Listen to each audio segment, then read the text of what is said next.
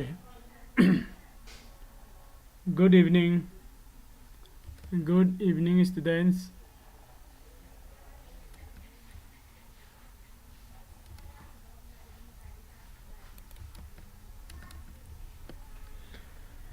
Ngarangi makhado khoi jingsigo. Kingston, good evening. Vidyasan, good evening. Mona Lisa, good evening. Kingston, I know you. You are class 5. Jesla, good morning. Good evening. Good evening, Jessica. Good evening, Velvet. Jessica, you are class 4. I know. Good evening. And Velvet, you are class 5. Credia. Okay, Credia. Good evening. Okay. Koi makha ngarang gi khoina togi bodo adogi makha jingsi ko ngara khoi kada yograba ko font type loigare alignment indentation spacing loigare ko bullet and numbering se ngasi jenga do buni chumbra bullet and the numbering the create order and the unordered list hai ko. Okay, good evening, Jessica, good evening. Okay, adudi akoi yengase bullet and numbering gi create order and unordered list ka. Bullet and numbering se akoi kari kana bano aduga kadai de jaw bano ka kari de MS Word natraga word processor da eka. Say suppose I give find sida list am laida khalasi ka high level list to ina se cow haibam ire ka enter kitang thu iba yanana ba koi kano dagi chat gpt da changaga lawrake ka chat gpt hange yengo ma'am chatgpt.com kona chatgpt gi app store adu nataba nangi kano da changaga chrome da changa kanda chatgpt open to bayai ko chrome da change chatgpt open tore ko chrome da changa chatgpt open tore kanda sida nang ise list down say list down ko animal list hai si animal ko animal name se kona list down ta wa na hare e ko adu ChatGPT ni AI ni AI da mana ngasagi animal gi maming mayam da soina list down ta re yengo yam mi ko koi loina maglo daga su dog tagi hauraga ko 10 12 sabalo se line ba tiger ba lo se tiger ba lo re ai ko se ko ni ijera su jai ado se ki ne lo re do si daina paste tok sile ubra wi ko paste tok sile sida lai ba dog cat cow buffalo goat sheep horse donkey pig and lai ba sigi animal ma'am gi list hai ase ko na kari sema yai ba bullet and the numbering sem ga do ba eko bullet and the numbering ko adu de ko na sida bullet and the numbering sem ga hare ga di kamaina sem ga ni hare kan da noi mem sound lag pro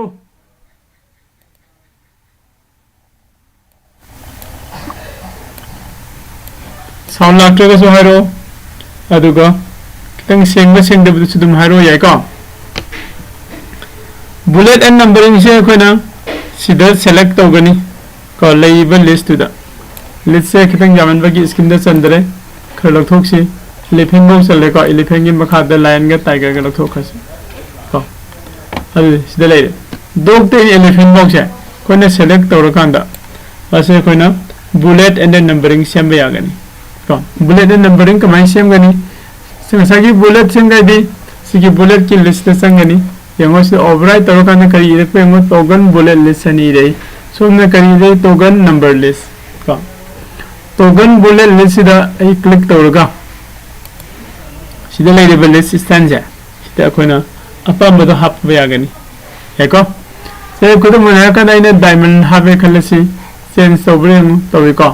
सीने तबा तो पा को कोई ना से खरे है ना फजबा select तो क्या जो सीधे ले ले number दगी लो बयाई bullet दगी लो बयाई outline लो बयाई image दगी लो बयाई को position दगी लो बयाई लोनिंग बा suppose image दगी लो रे खले सी को सीधे ये सीगी red dimension लो रे खलो को ओके select तोरो अदुगा ओके लो रन है को सीधे इडी से हम dog ता red dimension जाओ रे लोइन ओके अदु सीसे को ना select तोरम द्रगे दे चेंज हो या रे को स्टेप तो ये मुहारे के मुनता से आहार बदो कोई ना bullet and numbering apply तो उन्हीं बा तो देशना उरी को उधर से हरो bullet and the numbering apply तो उन्हीं बा क्या तो अदु हाने select तो गनी select तो रो मतलब दा token bullet से संगनी अदु को सीधा कोई click तो रो click तो kan दा नंग अपम बा bullet की list ता select तो बया गनी देखो so suppose है ना सिगी arrow से लो रे खलसी arrow on करे याब्रा अदु का मुक मुहल्ला गनी arrow से पाम दरे तो पमसी arrow से लो गया सु चेंज तो गनी तो अदु सर ऐडी 1 2 3 4 इबो न पामे 1 2 3 4 इबदे कमानी इदिनो थंगनबा नंबर की लिस्ट से संग दोबा सिना bullet ने सिना नंबर ने नंबर लिस्ट तो संग नंगी 1 2 3 साइन दो साइन ब्रैकेट अमको लगे इबे यागनी नत्रा अदैदी 1 2 3 साइन से स्माइल इबे यागनी को देखो ओके अतोपा अकोने अप्लाई तो हो याबा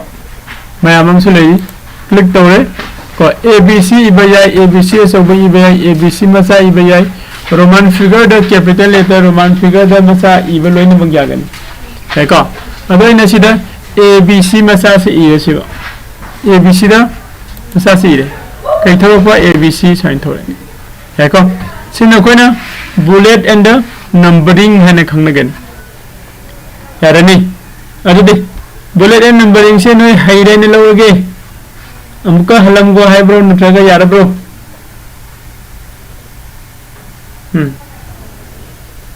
viewer comment काय लगे ओके अरे दे bullet and numbering से नोई हाईरे लोगे अदुगा मखा ये कैसे का मतंग दा कोई सिलेबस तो जाओ रिचे bullet and numbering की मतंग दा save document साइब मगा create copy है बंगा लेयो save document है बंगा करेगा create copy है बंग का save document and the create copy high बनी से मुझे ये कैसे खेलना बका save document ने करीनो अदुगा create copy ने करीनो है तो कोई जिम्मेदारी सी को मरक्सदा नखोय ने खंग दबदो कमेंट सेक्शन द तुम इरो को होय सर अदु जामना कन मलली है करी है न खंग दे साउंड जाम थोक दिए साउंड जाम ता दरेबा नंगी कनो दुदा साउंड दो लेखन लो अदुगा लाखो येंगो देखो नंगी लैपटॉप तो साउंड लेखन लो अदुगा लाखो येंगो जैसिलागी का ओके अदुदे सेव डॉक्यूमेंट हाइबमगा सेव एस हाइबमगा सिदा लेइसे सेव हाइबमगा सेव एस हाइबमगा सेव आइसिना कोई डॉक्यूमेंट दो सेव तो थमदोइनी सेव एस आइसिना आइगी डॉक्यूमेंट दुगी अतोप कॉपी एमा सेम दोइनी याब्रा हेको अदुदि हजे कोई जेंगासी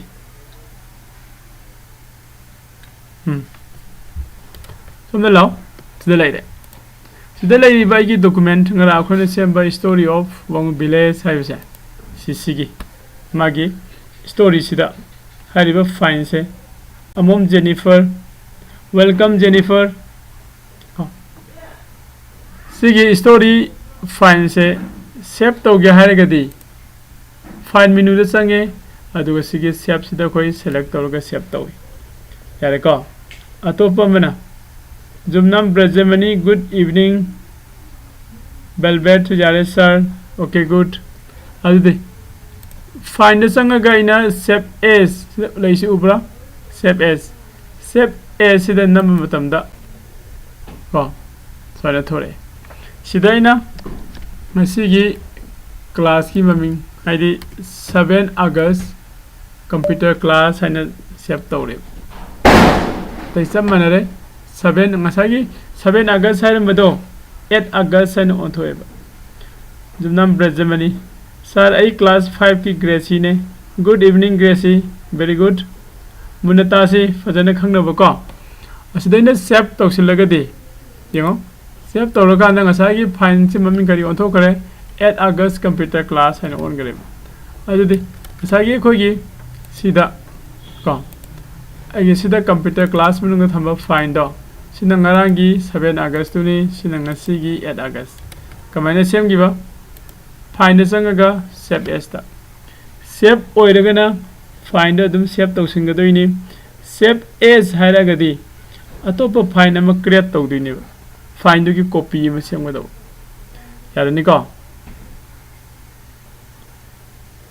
I would like to repeat again amko mai halaga repeat tawrake yengo 5 minutes sange save ta namme save ta namme gadi karine ba find the save tawgadoini ko aduga save as ta namme gadi asagi fine siga sub manaba fine atopa ama sem doini ko duplicate fine ama fine ye copy ama yare ko so to koi fine gi copy me seme sida 7 hana leirambani 8 seme kana gumana sr uhogdi amuka mu hanbiu harega so imu halake yengo sir maning dagi sound ama tai do karino maning da sound amda ta deko ngasidi okay jengasi sai tar masu jiti ta dare na tra sige fine sai amuka mu halaga save toge khale aina save amuk to ko matam do hoji sida fine ani leiri sa 7 August ka 8 August ka leiri sa si amaga mu hapsilaktuini yengsi ko adu de sida save sang fine sangage save as ta sangage deko sigi 8 August hai do ai sida 9 August onthoke ure ko 9 August aina si 9 August olaga ko save fine taw matam da kam ai fine gi title no kari on gare 9 August computer classes deko aduga Angelina loitong bam keypad okay dingo sai sida fine ani dang leib ahum leira bra leire ko so ain tawraga khoina ai same fine do different copy same bangam gani hai tare ko duplicate copy same ba matung dei di aina 9 August ki 8 August ki 7 August ki aina same do ning ba mong do same do ko ya gani hai kan tara bro okay yan tarai loksi okay sida lai koi no jeng ami do karino save to boga duga ko save as ka ani sigi kene badune khone jengi do ko mathang dadi document ama khoina kamano open to gina do jengasi ko find and open previous save fine hai badi open document hai bise kaino hai gadi nang na han mamang da save tawgiba fine do save tawraga thamgiba fine do akoina thidaga aduga open tawba haibi yako okay adudi yengse open tawse ko koina open tawse haraga di kadai da sangani asage sigi nangi fine se leire aduga sigi fine se file menu da sangaga open le ubra control plus o yako control plus o da sanga kanda koina fine open to yagani ko natragana sida sida leire open 9 irise sida chu khona open to ba yagani Mr. Rico second khay insil amo du ko sango okay yare ko didi find the sang asi adu ko open na muna masi koi sir xp haiba se karino xp haiba se window gi xp ro na tra kari xp no window gi oregadi magi version oigadawini ko yani ko Gyanta bro Gracie XP haiba se koina window gi version oidini ko computer gi tam de jenga gadi adudi hoje ko sida nangna file nangi hana semaga legira file open to ge hairagadi file da sangani open sida namani sangani ko open se koi click tawrase open da ina click tawre open da click tawre adada kai lai yango open gi dialog box lai sida si open gi window ne file open tawna ba window ai ko do nangi file se kadai da thamgi bana ha nang khanga do bani ko open gi dialog box open gi window se jaw se som da cancel jaw re open tawra gi haiba gi sida nangna file se select tawra kan open taw gai sida lag tui ko ai ko aduga som na kan da lai sina nangi folder ngak tani ko hoje ina thamiba file se kadai da no gga gi manung sida gga gi manung sida evening class ki manung da ko computer class ta sanga ka da 7 8 9 hane lai ra sida 9 di hoji open tawri 7 se ngara akhone semama file ne sigi 7 ngara gi file se open taw si hare gadi click tawgani ko adugo sida khona open number matam da sida open tawre to 7 August computer class doc san ire ko se suppose sidaina khoina sir u hangbudu udare haigasu ai sida 7 August leka August computer class com sani irake leka si isilaga save to singer se save to singer ai se mu close to singer leka hoje koina le lai sina karma file 9 August ne 9 August com aduga online computer computer class com 9 August ki computer class se jo koi save to sila se dekho okay ado hoji aise 7 August ki find open to ninge ba ko 7 August ki find se open to ninge gadi ai kadai da sangani ba find the sangani find menu da and then click on the open option like firstly you have to go to the find menu and then you should select open option gyantari ko open options da nang na select tawo matam da kari thoraki yango kogi window ma thore karamba window no sare class 6 ki pamhiba good evening pamhiba asi nang kitang thengu maliko hayang ding na jawro okay silo je kono uriba window se dialog box so hai window so hai hariba sigi window se sigi magi kono da jaw siang so na cancel lai re so na open lai component sing do sina find search to bomni hai ka okay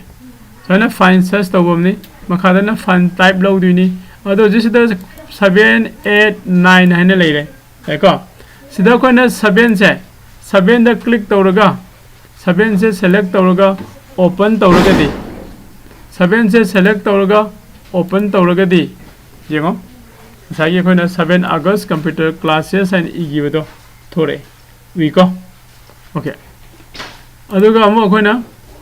open na sange aduga 9 August ki is open tawraga di kai thore 9 August online computer class thore okay again ko mukhana 8 August se open tawsiyo 8 August thore ko adu sida ko iram da bai ni iraga thamse horen khangna ba 8 August com 2026 com online computer class computer class com 8 August 2026 online computer class sane lai hai ko ai amuka mu halaga har ke ngo udra udra bro udia kana udai China mana sabada udia okay yam si aina open tau ge har gadi atopa file am open tau ge har gadi karma file oidino exist tawraga hoji exist tawraga leiba file am real pro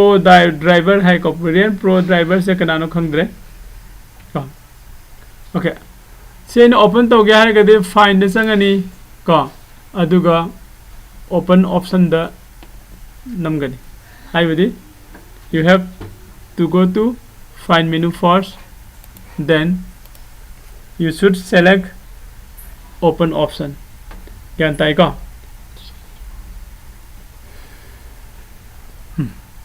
Sida open din na mo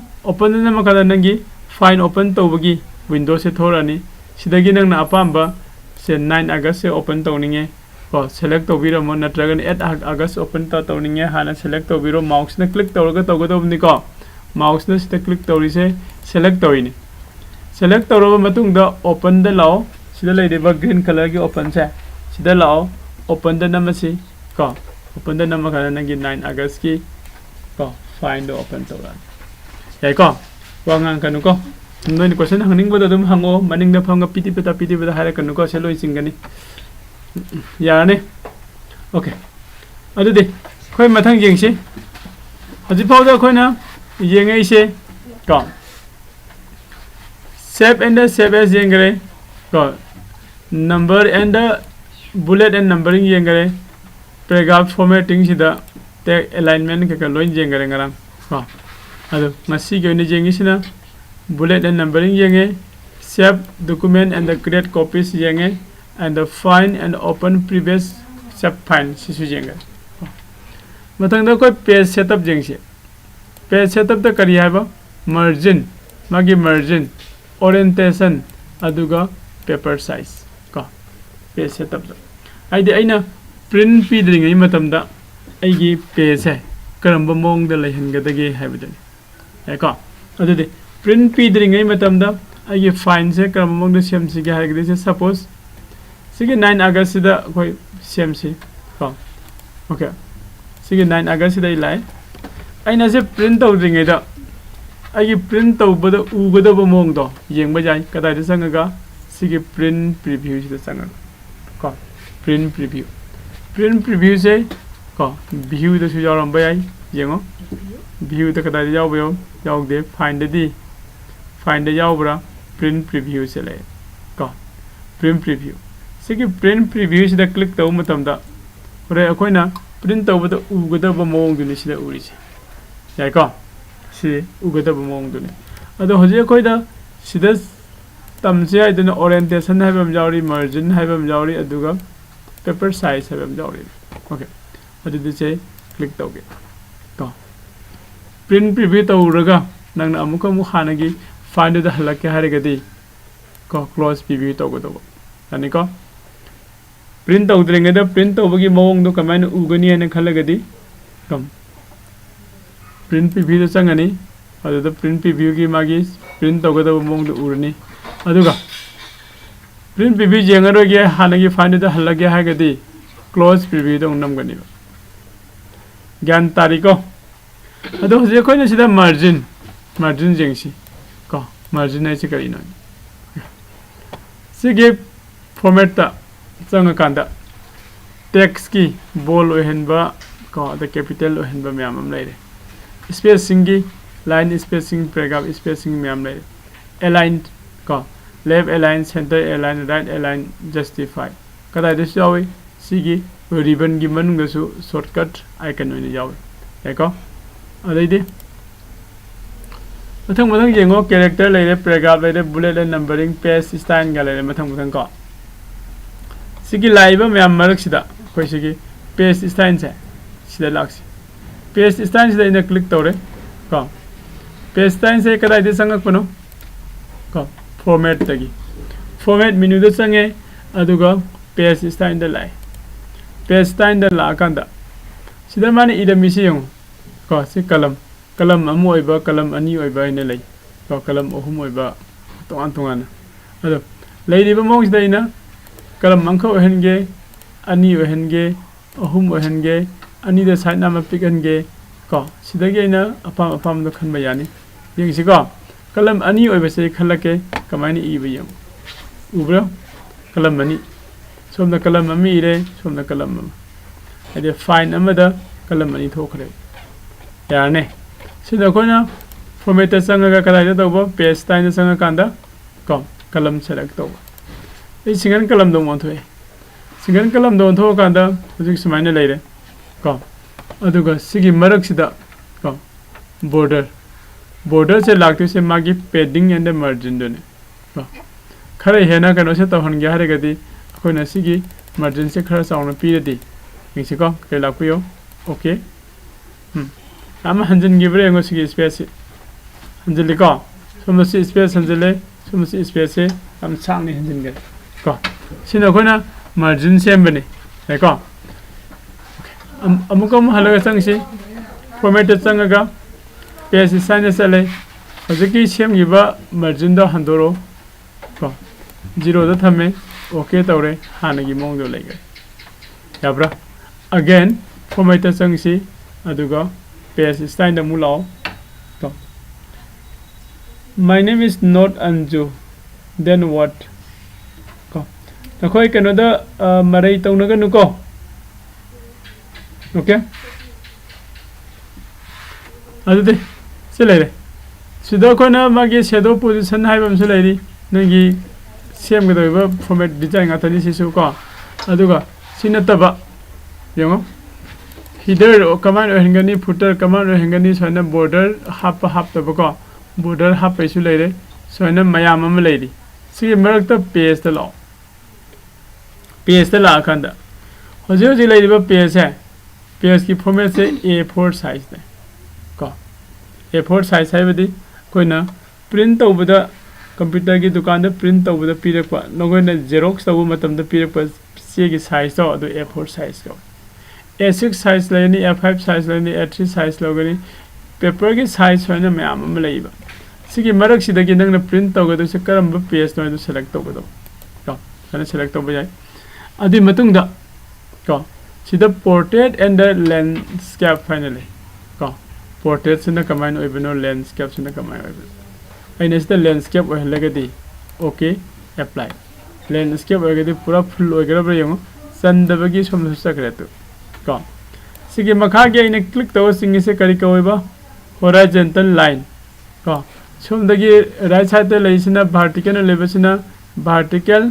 scroll bar sumbra vertical scroll bar and the horizontal scroll bar sumiko okay good adudi ose ko na si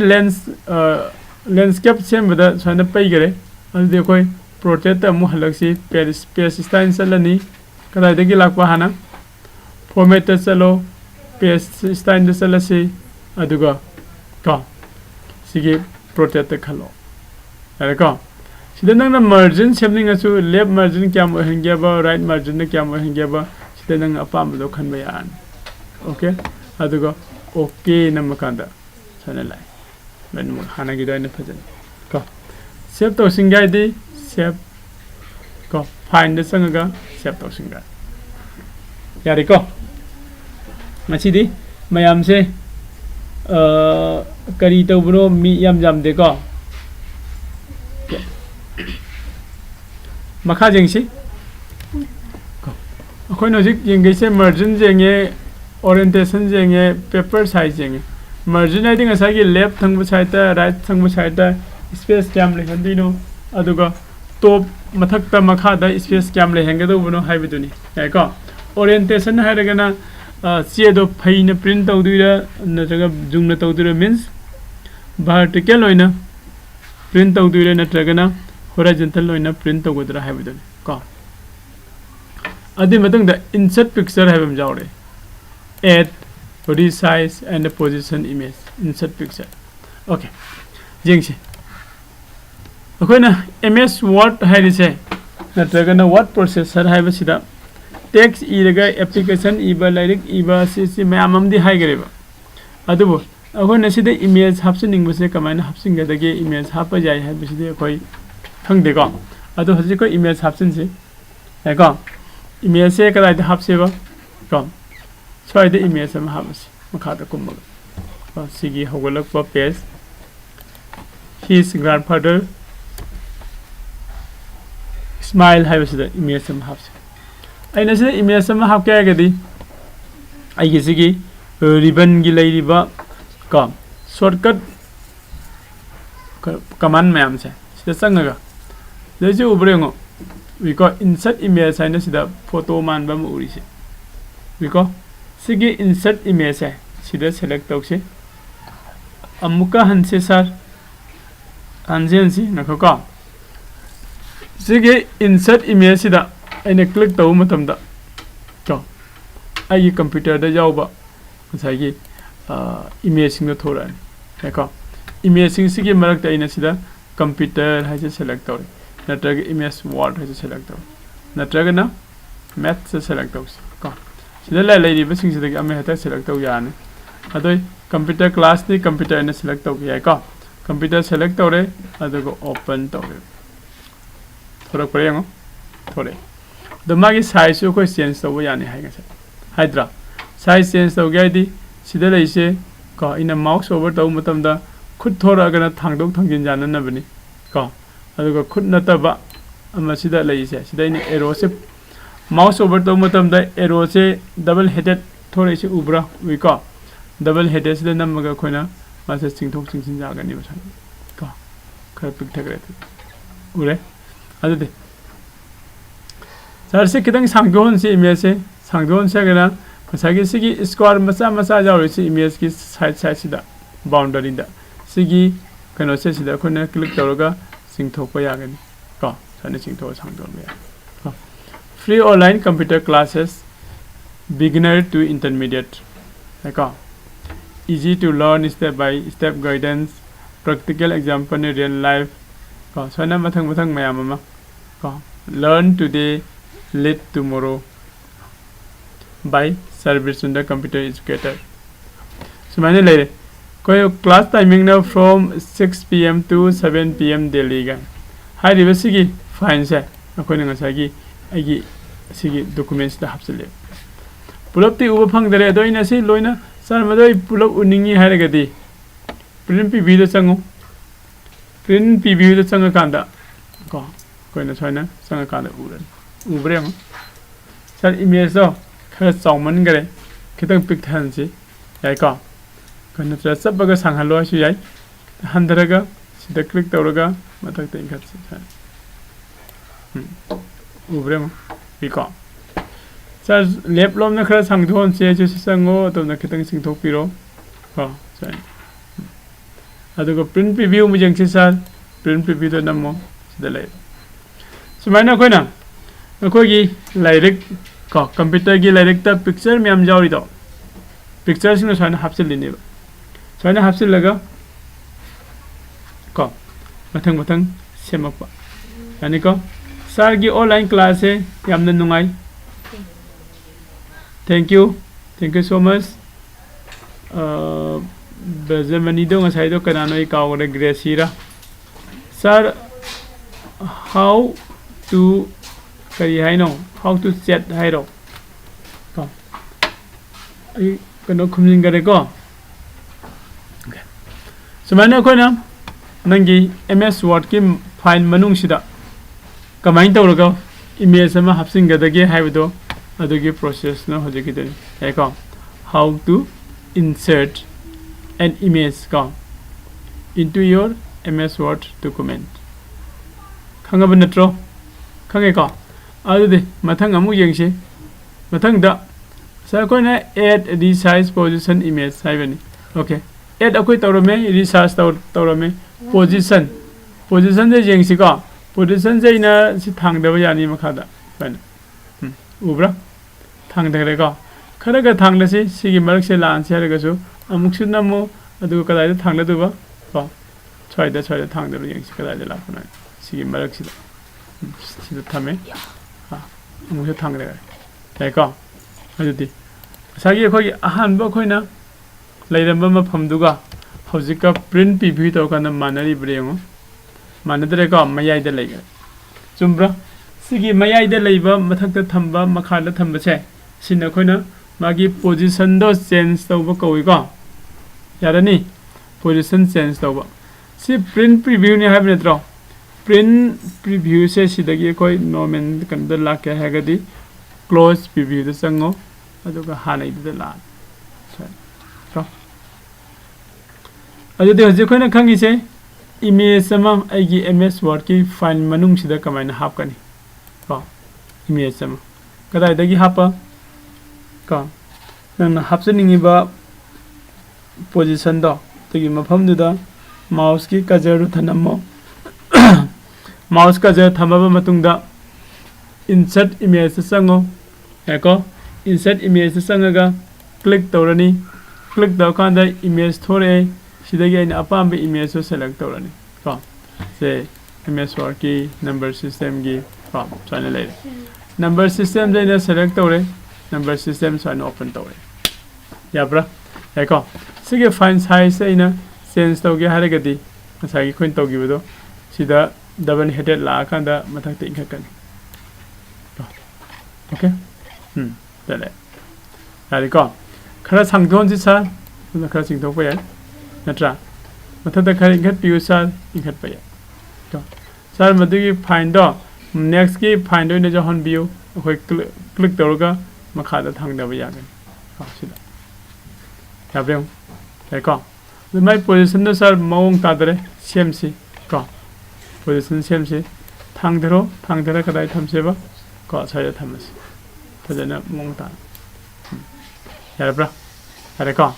अदो मथकता text कर इहनसे मयाय वाइदा हापसे sir को होय चिंगधरागा सिगे study की मखा से थमगर से study काय लेगरे model लेरे नत्रा सही जगह से थमस या कदाय लेगरे यारने स्माइन तरो खोइना MS Word हारिबा कनो से वर्ड प्रोसेसर से सिदा नंगना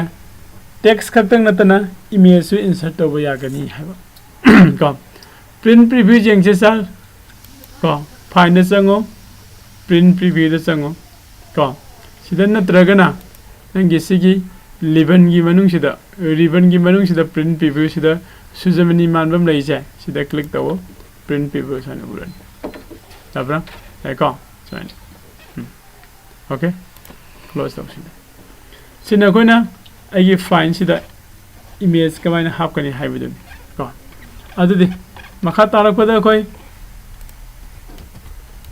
मखा तारकपदा मुजेंगसि असा कोइ इमेज हाप करे टेबल लाइन इदम मेमाना टेबल से कइनो यंगो क्रिएट फॉर्मेट रो एंड द कॉलम्स नंगी MS Word की फाइन मनुंग से सिदा टेबल नमसु हाप यारी टेबल हाप याई को टेबल ना कोई ना कमाई ना हाप करनी को जेंगो सिगी कोई की कैट डॉग म्याम इबे जगह से सिदा कोई टेबल से हाप नहीं है जो कमाई ना हाप सिगे जेंगा से को सिदा इना टेबल से हाप से हारे गदी कोई संगो इंसर्ट टेबल लाइन नमलाई उब्रो विको इंसर्ट टेबल से कंट्रोल प्लस F2 नमसु जाय हाय को सिगी इंसर्ट टेबल से दाई क्लिक तौर कांदा टेबल मचा मथोर पुरा मयाम जो कलम सु रो सु मयाम जावबा मा सिदगी आइना सेलेक्ट तौ यागनी नंग हापनिंग बे टेबल दो को सोना फैना चटपसिना खोने करी कवेबा रो हॉरिजॉन्टल लाइन चटपसिना रो कवे वर्टिकल लाइन द कुम धरकपसिना कलम कवे आइना सेमगदरिबा टेबल दो अदो कलम क्या ओइदिनो रो क्या ओइदिनो खोने सोना सेलेक्ट तौर मतुंगदा को सेलेक्ट तौर मतुंगदा अइना जे सेलेक्ट तौइसे क्या नो रो मरी कलम तरेत मंगा तरु को इन रो तरु कलम तरेत से सेलेक्ट तौरे सेलेक्ट तौरगा क्लिक तौ मतमदा इस टेबल न चंग उब्रा टेबल से अखोन अमुक स्कैन गक तौरगा जी ओबगी मथौ ताब्रा सिदा तादे कमाई जेखिबा याम लाइन जेखि अमुका हलगा जेंगसी हारेगदी अंदु तौसे को अमुका हलगा जेंगसी हारेगदी अंदु तौसे ya bai ngatang lai ga toroke online class am loramba okay yani ka amuka mo halaga khoi sem se sida ko insert table sida sanga ga kai doba somna yengo chingkai insert table na sanga ni aduga nang na pamba number of rows and the number of columns so select to go ko number of rows and the number of columns ko aina column kaya column taret row mari khale sa column ni siwa khale sikhan veloi baga mouse to click to bosan simra ke table da hapsilak pra hapsile hai de table se nang ni ining bedo I ba yaran so suppose in the name ko adai di address ko adai di name address mathang da kari phone number ko adai di class ko adai di kari school tan ire khar ire ko name address phone number class school adai di mother name adai di father name father ire yabra ko sida chandre chanda base ko salhan bai so na kitang khak ching chen bi ma chan ga sumaina so na nang table se ko ni am line scale ga adadi pencil ga par ga I daga su ko computer dadi you can insert ko using by insert table option gyanta ni ko na gyanta ri bro tung da phama party tari okay very good mathang amu yang se mathang da khoi okay good evening vidyachan sen kari haino khangdra kana kana no sibo good evening the edition or the bokul lai sibo kana no khangdre ko sir make it square shape to same over masagi image to yai ko same yai everyone you can do it ko sigi image se nan square shape to same pa magadi nang same ngam gani ko adu de sida namaga singsillo san ubreng square shape tarabra tare ko sida square shape lai so an same yai ko nang apamagi matungina khudingmak same yai okay mathang makha tabase khoi mu jeng se next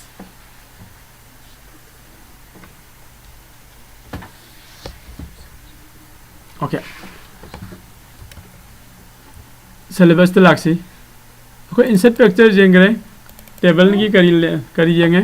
table hapsin balok tholoksin ko jenge shapes and the text box add graphic object and special text ko graphic object and special text siso koina add to boy to si add to ge de khoi kadai dagi kadom da sangani hai kanda sai khoi fine se la se ko sida so the clip art sai bam jaw bring e se kari thorok pe insert text box sai man to ko gisda e hoido kai no text box yauri sida special text box ka shape ka insert to ba hai mane add to ba adu de sidana text box laire atopadi kai leirbe yango sina image ni ko sina kari no chart nang chart insert to gaidi sidagi to ba yaduni ko sina kari no insert page break sumaina nang ge sida leiriba mayam se loinamak omega ga lei se insert special character ko sai moina sida khogi kono da haido syllabus da hai sida insert kari shape add ko si yauri insert text yauri graphic and object kind yauri adu jing se ko sida omega ji se sangi sang kan sida symbol me am le tu ubra sigi symbol se ko hapsin bayai suppose si jaga sida ina symbol nam hapning hana click torong do ina hapning ba jaga du da ꯑꯩꯅ ꯍꯥꯞꯅꯤꯡꯕ ꯖꯒꯥꯗꯨꯗ click ꯇꯧꯔꯕ ꯃꯇꯨꯡꯗ ꯀꯣ ꯁꯤꯗꯒꯤꯅ infinity ꯅꯝꯒꯦꯔꯥ ꯌꯥꯏꯀꯣ ꯅꯠꯇ꯭ꯔꯒꯅ ꯁꯤꯒꯤ ꯖꯦꯟꯒꯤ ꯁꯤꯝꯕꯜꯁꯦ ꯅꯝꯒꯦꯔꯥ ꯅꯠꯇ꯭ꯔꯒꯅ ꯔꯨꯄꯤꯁꯀꯤ ꯁꯤꯝꯕꯜꯗꯤ ꯌꯥꯎꯗꯕ꯭ꯔꯣ ꯌꯥꯎꯗꯕ ꯃꯥꯜꯂꯦ ꯀꯣ ꯄꯥꯎꯟꯒꯤ ꯁꯤꯝꯕꯜ ꯂꯩꯔꯦ ꯍꯥꯏꯗꯤ ꯑꯩꯈꯣꯏꯅ ꯍꯥꯞꯅꯤꯡꯉꯤꯕ ꯏꯁꯄꯤꯁꯦꯜ ꯀꯦꯔꯦꯛꯇꯔꯗꯣ you can insert from the ꯀꯗꯥꯏꯗꯒꯤ ꯁꯤꯒꯤ insert special character option dagi insert special character option da changaga nangna hapningba ko character sing da loina ma hapchinba yagani yare ko adi mathang jengo sagi amana asidai se kaino insert text box sigi jaga sida ina text box am hapchiningi text box hai si kaino text box ai click tawra kanda kari thorpuyo kari thore ko okay si thoraga aina text box sain hapa yai ko sigi text box hai sida koina iba yagani iningba say suppose aina class 4 ko roll number 1 gani ide ko si koina text box ne text box da lawraga igibani text box kada de lawba insert text box de lawi special character kada de hapa insert special character hapa ko aduga sain tawraga nangna makhan makhan gi ko drawing the symbol myam amsu draw toba yai se example loina sida changaga yengo drawing thore sida kari drawing na nang pami sida drawing myam am leina tra nangna equilateral triangle drawing tawninge sana singa je ko yani sumbra sumiko sana adaidi sikhar makha da kum dhange space thamge equilateral triangle pami san je ko yai adu hojiki dagi circle na mananga draw tawninge circle je ko yagani ko adaidi se square ma draw tawninge square da select tawra square je ko yagani loinamak yadra smiley face ma na hapninge ko sida khalo aduga sali je ko yagani ko hoina aina noida haning ise nangna pamba khuding mak to khoi keno dagi leiriba ms word ki option mayam se sidagi loksil hapado yagani haiko adudi makha tabada khoi jengase khoi add graphic object special text hapkre header and the footer habam lai header and the footer the lai se add information at the top and the bottom ko add information na khona page tu gi mathak ta natraga makha da akhon information se hapa yagane ba header ai sina kada idano footer ai sina kada idano jengsi ko save tawrage aduga simasu close over yengo sta click taw matam da header default style nain thore ubra aina sigi fine sigi khara mathak wai da pukhalaga click tawre header default style nain thore hai riba header default style sai sigi plus da ina click taw kanda sida thore header ai se kaino jengsi sida ina soina se suppose online ko computer class and thare ko aduga mamang su kano habam se free online computer class haina header si igere irebe header se na bold letter hen ga de kedoba b de nam gani ko okay b de nam size ka sa hon ga di 14 de nam ko sida ina save taw gare aina hab kaise karam ba find no ihan han ba find ni adu sida header da hab ga di han ba find da yawri se ko han ba find khata da yawra roi find khuding mak ka yawra mane sing da ga yengo next ki find su yawra ngani se su yawra me ubra free online computer class mathang page number amu salo ko sida su free online computer class ko sumaina nangi page khuding mak da free online computer class yawra mane ko aduga amana next da header sina header ne footer da laksi footer ai sina page ki aroi be saruk se oiduni hai ba page ki aroi be saruk se sida ina page number hapninge ba ko malengam ba school chat pro satle kari laina no fever okay na ba su jong na bo noi malengam ma sangam dra bro okay malengam ba di nuti gi school lak bani ko footer se changaga ina footer gi sida plus da click tawraga sida ina ining bado iba yai ado aina si footer sida page number hamninge insert page number se hape ko ado page number 3 of ko insert page count khani de ko si se ina kadom da right side ining san thorai ko ado set tawse yengo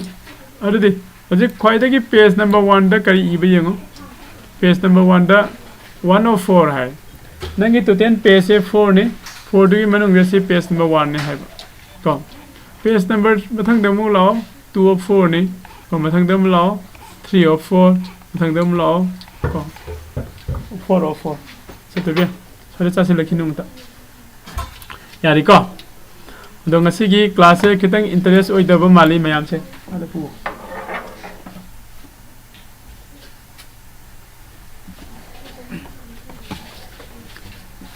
adu yam important oi ba class ne ko akoina hining da bu di khang dre taw bu da bu masi akoi khang ba da ka oi ra ko sa akoina si dai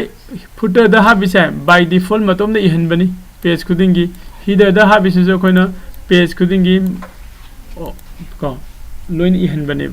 ha pa ma pham khatang da ha ba aina si da modify taw matam da edit taw matam da page khuding edit taw gani